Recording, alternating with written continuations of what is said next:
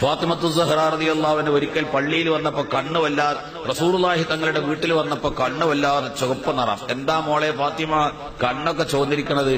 ഒന്നുമല്ല, ഞാനും എന്റെ ഭർത്താവായ അലിയും കൂടി തമാശ പറഞ്ഞ് കുറച്ച് കൂടുതൽ ചിരിച്ചു. ഞാൻ കുറെ കൂടുതൽ ചിരിച്ചിട്ട് കണ്ണ് ചോന്നതാണ്.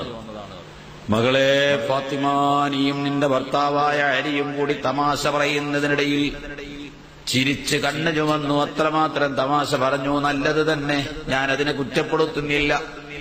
ആ തമാശക്കിടയിൽ വല്ല വാക്കും നിന്റെ ഭർത്താവിന്റെ മനസ്സിനെ വേദനപ്പെടുത്തുന്നത് നിന്നിൽ നിന്ന് വന്നുപോയിട്ടുണ്ടെങ്കിൽ അത് പൊരുത്തപ്പെടിപ്പിക്കാതെ പൊരുത്തപ്പെട്ട് തരാതെയാണ് മകളെ നീ മരിച്ചിട്ട് മയ്യത്ത് മസ്ജിദ് നബവിയിൽ കൊണ്ടുവന്നതെങ്കിൽ ഫലം ഉസല്ലി അലൈക്കി, നിനക്ക് ഞാൻ മയ്യത്ത് നിസ്കരിക്കൂല മകളെ.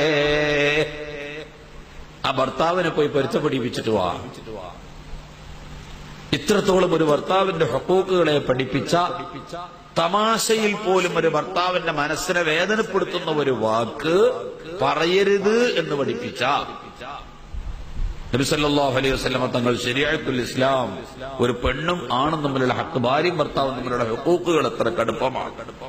എന്നാൽ ആ ഒരു പെണ്ണിന്റെ കാര്യത്തിൽ ബേജാറായിട്ടല്ലേ അലി ഇബ്നു അബീ ത്വാലിബ് റളിയല്ലാഹു അൻഹു ഫാത്തിമ ബീവിയുടെ കാൽക്കൽ വീണ് കരഞ്ഞിട്ട് പറഞ്ഞത്, ഫാത്തിമ, നാളെ പരലോകത്ത് റബ്ബിന്റെ പ്രതിക്കൂട്ടിൽ വെച്ച് നീ എന്നെ വിസ്തരിക്കരുതേ മോളെ. എനിക്ക് ഫാത്തിമ അത് പൊരുത്തപ്പെട്ടത് റസൂലുള്ളാഹിന്റെ പുന്നാര മോളാണ്, അങ്ങ് അള്ളാഹുവിന്റെ റസൂലിൽ നിന്ന് അദബ് പഠിച്ച പെണ്ണാണ്.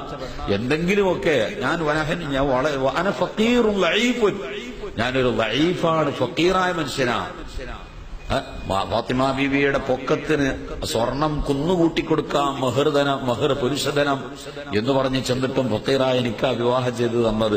എന്തെങ്കിലുമൊക്കെ അപാകത എന്നിൽ നിന്ന് സംഭവിച്ചെങ്കിൽ നാളെ പരലോകത്തിൽ എന്റെ ഹബീബായ റസൂലുള്ളാഹിന്റെ മുമ്പിലിട്ടിട്ട് എന്നെ സൃഷ്ടിക്കരുതേ എന്ന് അലി റളിയല്ലാഹു അൻഹു ഫാത്തിമ ബീവിയോട് പറഞ്ഞത്. പെണ്ണിന്റെ കാര്യത്തിൽ പരലോകത്ത് കുടുങ്ങുമോ, ഒരാണിന്റെ കാര്യത്തിൽ കുടുങ്ങുമോ? രണ്ടുപേരും തമ്മിലുള്ള ഹുക്കൂക്കുകൾ അത്രയും വലുതാണ്.